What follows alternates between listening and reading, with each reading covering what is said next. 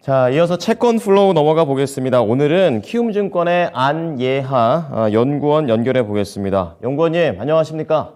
네, 안녕하십니까. 네, 오늘은 좀 큰 그림 그려주신다고 말씀해 주셨는데요.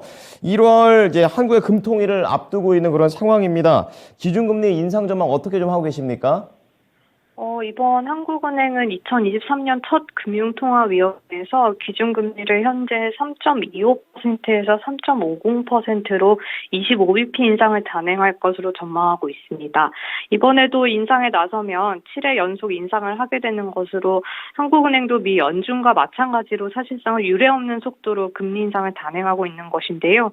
2022년 4분기 중에 레고랜드 사태 등으로 인해서 이제 채권 시장 자금 경색 우려가 높아졌고 수출 실적이 둔화되고 부동산 가격 하락 등의 경기 하강 리스크가 점차 부각되고 있어서 최근 들어서는 추가 인상에 대한 부담이 점차 높아지고 있는 것으로 나타납니다. 그럼에도 한국은행은 이번에 금리 인상을 단행할 것으로 전망하는데요. 여전히 고물가 수준임을 감안을 했을 때 물가 안정을 위한 긴축 정책 기조를 유지할 것으로 전망합니다. 한국의 12월 소비자 물가 지수는 전년 동기 대비 5.0%로 지난 7월에 6.3%에서 둔화된 것은 맞지만 이제 근원 물가가 4.8%로 아직 피크아웃을 확인하지 못한 상황입니다.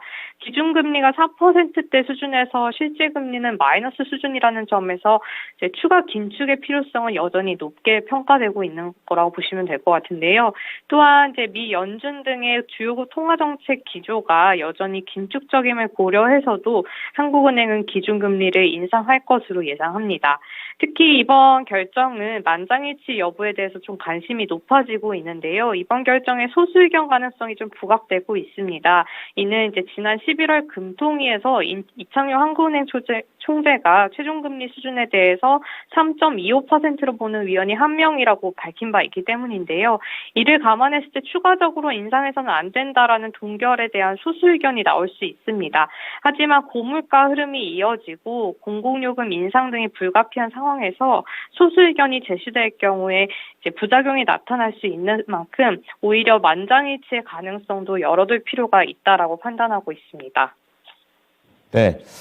자, 지금 1월, 지금 13일로 예정이 되어 있는 금통위 말씀을 좀 해주시고 계십니다.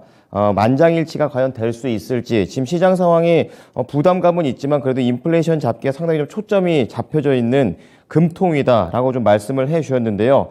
자, 이러한 내용도 좀, 체크 포인트로 좀 알아두고 가겠습니다. 자, 그럼 금통위는 요 정도 보고 12월에 미국의 CPI 쪽과 관련해서는 어떤 전망들을 하고 계십니까?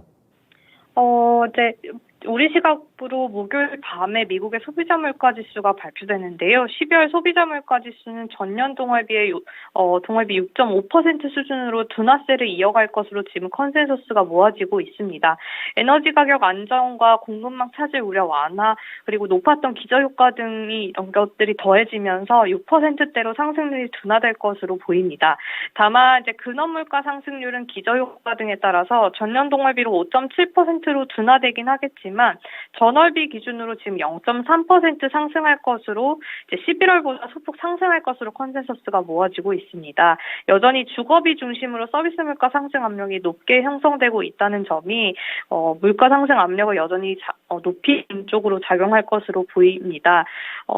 주거비 같은 경우는 사실 물가 상승 압력은 이제 임대료 지수 등을 고려를 했을 때 사실상 2분기 초부터는 이제 완화될 가능성이 높아서 이에 따른 부담은 점차 약화될 것으로 기대되고 있긴 한데요. 사실 지금 물가 상황에서 가장 더 중요한 것은 노동시장 내 임금 인플레입니다. 최근 이제 미국 ISM 제조업 지수에서 전반적으로 50선에 하회하는 것으로 경기 위축세를 보이고 있지만 ISM 제조업 지수 내부의 세부 지표인 고용 지수는 다시 기준선인 50을 상회하는 등 이제 고용 시장이 여전히 견조한 것을 확인하고 있습니다. 최근 이제 기업들의 감원 소식이 전해지고 있지만 여전히 실업자에 비해서 빈 일자리 수가 많은 만큼 임금 상승 압력이 지속될 수 있는 환경이라면 사실상 연준은 계속해서 매파적인 태도를 유지할 가능성이 높아 보이고요. 그렇기 때문에 이번 12월 CPI가 2월 FOMC 앞두고 어떤 이제 연준의 결정에 내릴지에 따라서 굉장히 중요한 이벤트이기 때문에 이번 주 목요일 밤에 발표되는 소비자 물가 지수를 주목할 필요가 있겠습니다. 계속해서 연준이 지켜보는 고용 계속해서 지켜봐야 된다고 얘기해 주셨고 2월 FOMC도 영향을 미친다라고 얘기를 해 주셨습니다. 자, 오늘 내용 잘 참고하겠습니다. 감사합니다. 네, 감사합니다. 네, 지금까지 채권플로우 키움증권의 안예하 연구원이었습니다.